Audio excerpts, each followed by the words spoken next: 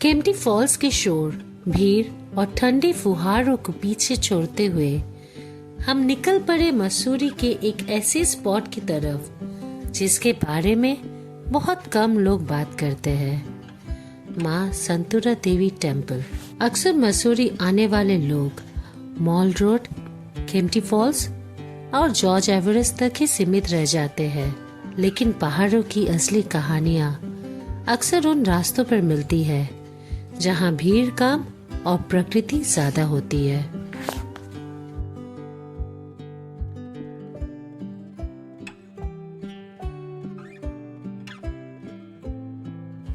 माँ संतुरा देवी का मंदिर भी उन्हीं कहानियों में से एक है। गाड़ी से उतरते ही सामने था पहाड़ की तरफ जाता एक पतला सा रास्ता। कोई मार्केट नहीं, कोई टूरिस्ट रश नहीं, बस देवदार के पेड़, ठंडी हवा और ऊपर कहीं पहाड़ की चोटी पर बसा माँ का धाम।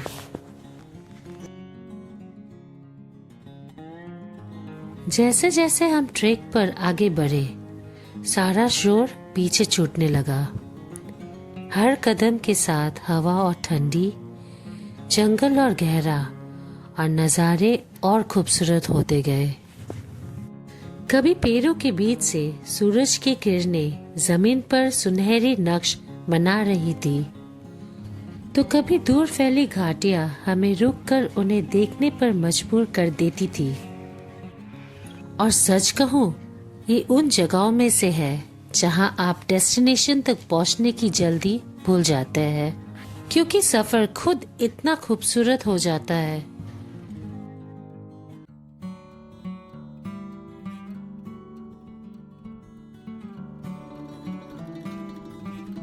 फिर अचानक पेड़ों के बीच से मंदिर नजर आती है और एहसास होता है कि माँ का दरबार अब दूर नहीं। पहाड़ी की चोटी पर स्थित माँ संतुरा देवी टेम्पल भले ही आकार में बहुत बड़ा न हो, लेकिन उसका वातावरण दिल को तुरंत छू लेता है।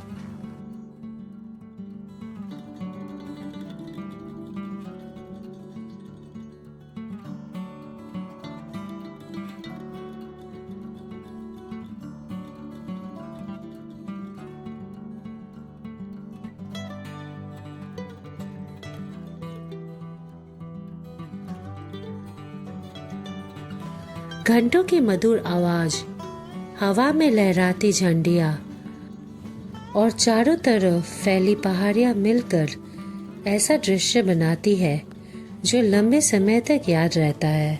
मंदिर के प्रांगण से नजर दौड़ाइए तो लगता है जैसे पूरा गढ़वाल आपके सामने बिछा हुआ हो।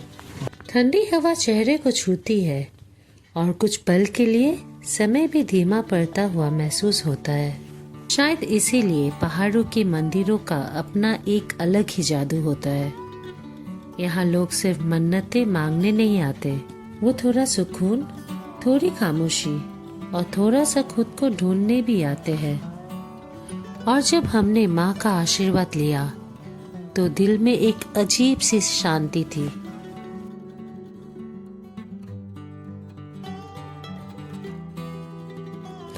यहाँ के लोग माँ संतुरा देवी को अपनी आराध्या देवी मानते हैं और सुंदरता इसे मसूरी की भीड़ भाड़ वाले टूरिस्ट स्पॉट से अलग पहचान देती है।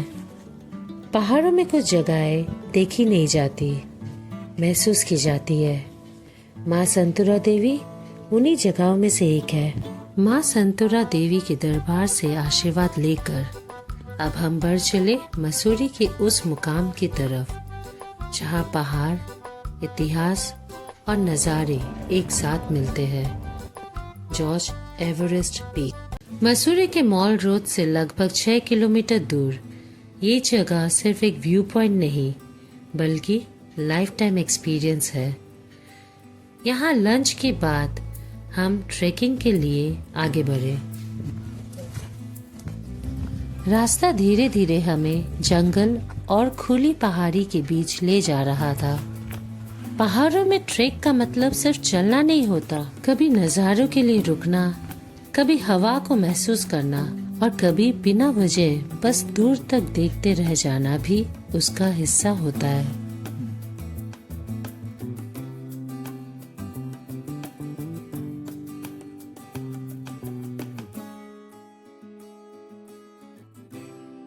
लगभग 45 मिनट्स के इस ट्रेकिंग को आसान बनाने के लिए बाइक राइडर्स भी अवेलेबल होते हैं। कुछ डिस्टेंस तक ऊपर 4 व्हीलर अलाउड है, पर तंग रास्तों के कारण गाड़ियां जाम में फंस जाती है। मेरा सजेशन यही है कि यहाँ नेचर को एंजॉय करते हुए वॉकिंग ट्रेल ही किया जाए। ट्रेकिंग करते हुए आगे मिलता है ये टिकट काउंटर, जहाँ से एंट्री टिकट लेकर हम आगे बढ़े। जॉर्ज एवरेस्ट में एंट्री टिकट चार्जेस पर पर्सन है। अडल्ट के लिए 200 पर हेड और 6 से 11 साल के बच्चों के लिए है 100 रुपीज पर हेड। म्यूजियम की एंट्री के लिए अलग चार्जेस भी एप्लीकेबल है।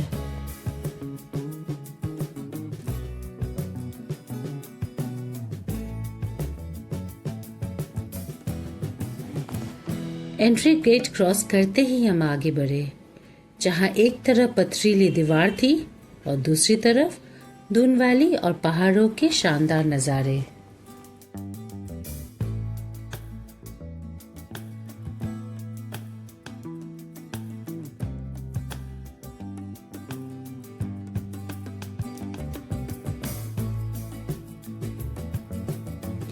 कुछ दूर बाद सामने नजर आया जॉर्ज एवरेस्ट हाउस।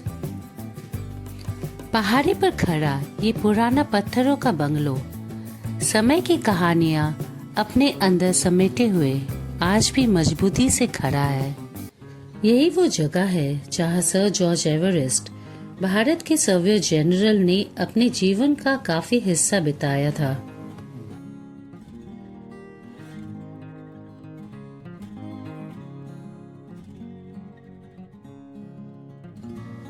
यहाँ खड़े होकर एक तरफ दून वैली नजर आती है और दूसरी तरफ गढ़वाल हिमालय की माउंटेन रेंज।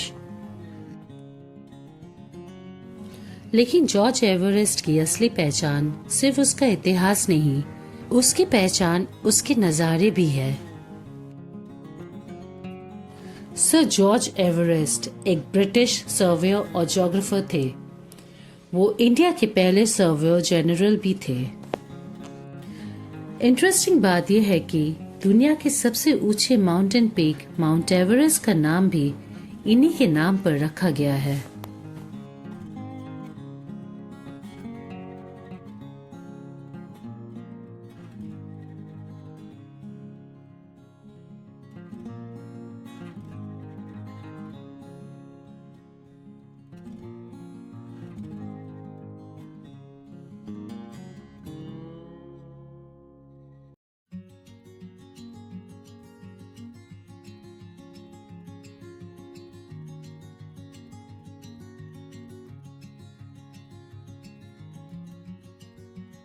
और ये है सर जॉर्ज एवरेस्ट का स्टैचू।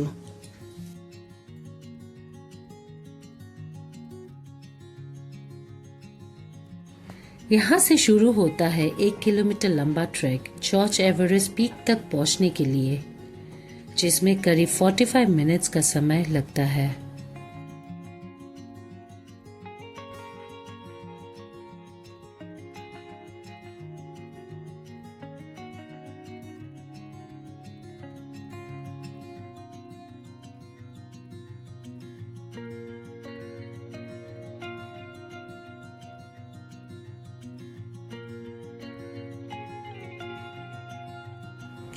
यहाँ पर छोटे छोटे फूड स्टॉल्स भी है, जहाँ आपको Maggi, momo, tea, coffee etcetera मिल जाएगा।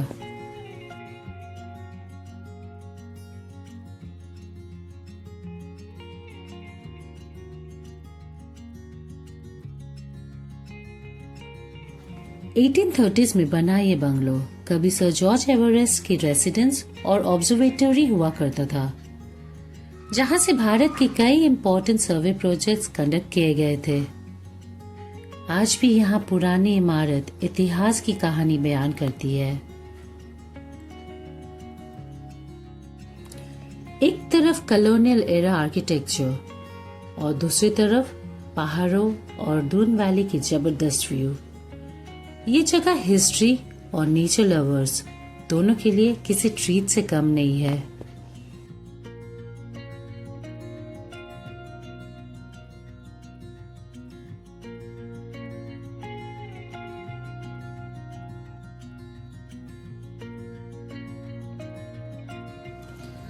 आजकल जॉर्ज एवरेस्ट एस्टेट में एडवेंचर एक्टिविटी भी अवेलेबल है।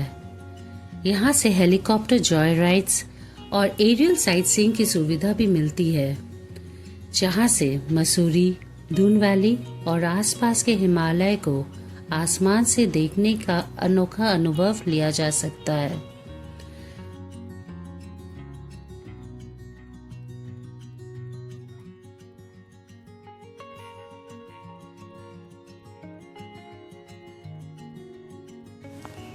हेलीकॉप्टर को ऊपर से उड़ता देखना ही काफी रोमांचक लग रहा था और कुछ लोग इस एक्सपीरियंस को अपनी मसूरी ट्रिप का हाईलाइट बना रहे थे।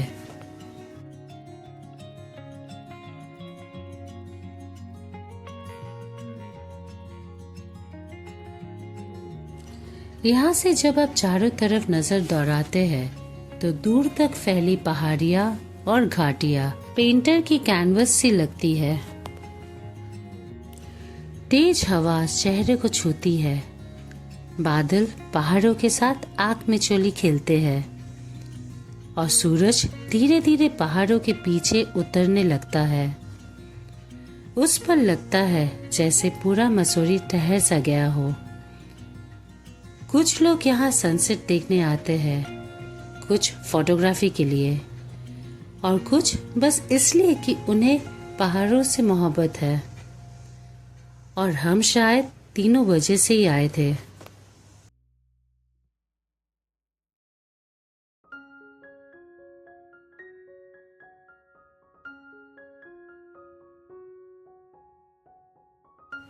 सच कहूं, अगर मसूरी एक किताब है तो जॉर्ज एवरेस्ट उसका आखिरी और सबसे खूबसूरत चैप्टर है। एक ऐसा चैप्टर जिसे पढ़कर आप जल्दी खत्म नहीं करना चाहते। गुजरती शाम सुनहरे पहाड़ और दूर तक फैली वादियों के साथ जॉर्ज एवरेस्ट ने हमारे मसूरी के सफर को एक यादगार अंजाम दिया।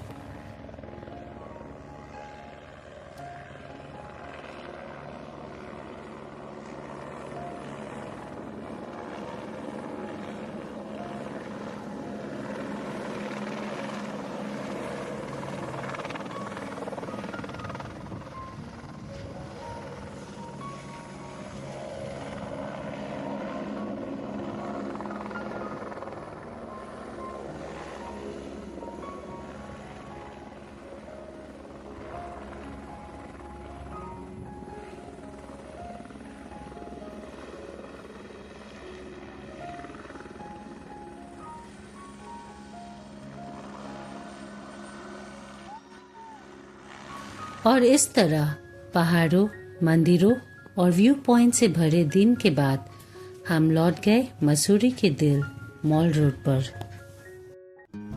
शाम धीरे धीरे रात में बदल रही थी। पहाड़ों की ठंडी हवा में एक अलग ही ताजगी थी। दिन भर की ट्रेकिंग और साइट सीइंग के बाद मॉल रोड की रोशनियां और उसका जिंदा दिल माहौल किसी गर्म चाय की पहली चुस्की जैसा सुकून दे रहा था।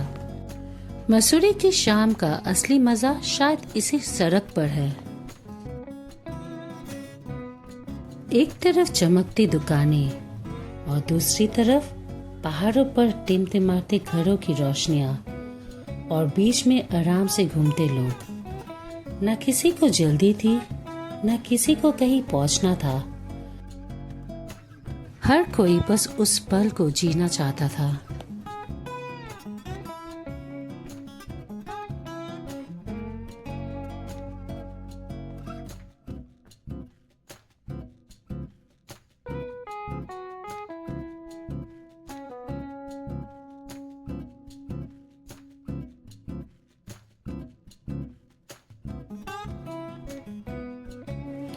ठंडी हवा धीरे धीरे तेज होने लगी थी ऐसे मौसम में भूख भी थोड़ी ज्यादा लगती है।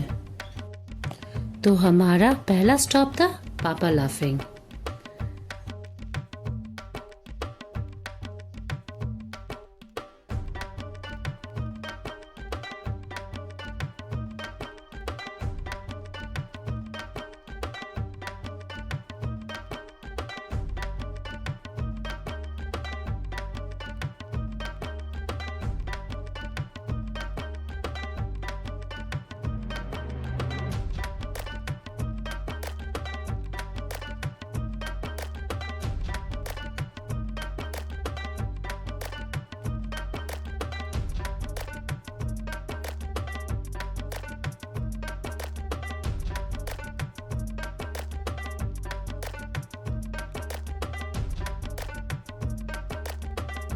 लाफिंग की प्लेट हाथ में आते ही समझ आ गया कि ये मसूरी में इतनी मशहूर क्यों है। उसका स्पाइसी फ्लेवर और पहाड़ों की ठंडी हवा का कॉम्बिनेशन कमाल था।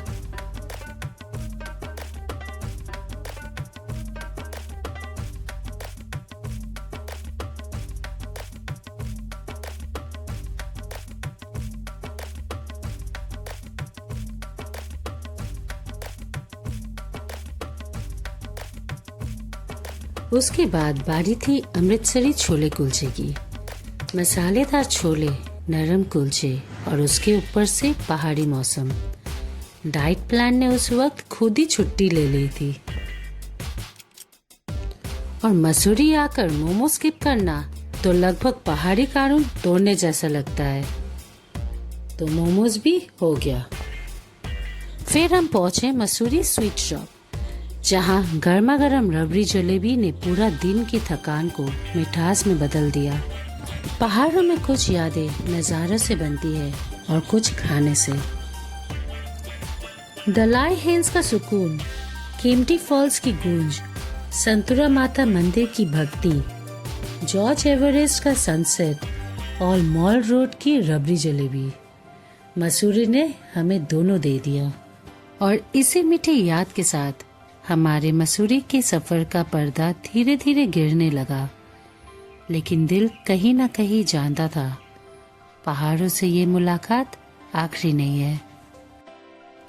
अगर वीडियो पसंद आया तो लाइक, शेयर, सब्सक्राइब जरूर करें। कुछ जानकारी चाहिए तो कमेंट बॉक्स में मैसेज जरूर करें। मिलते हैं नेक्स्ट ब्लॉग में। Till then keep exploring.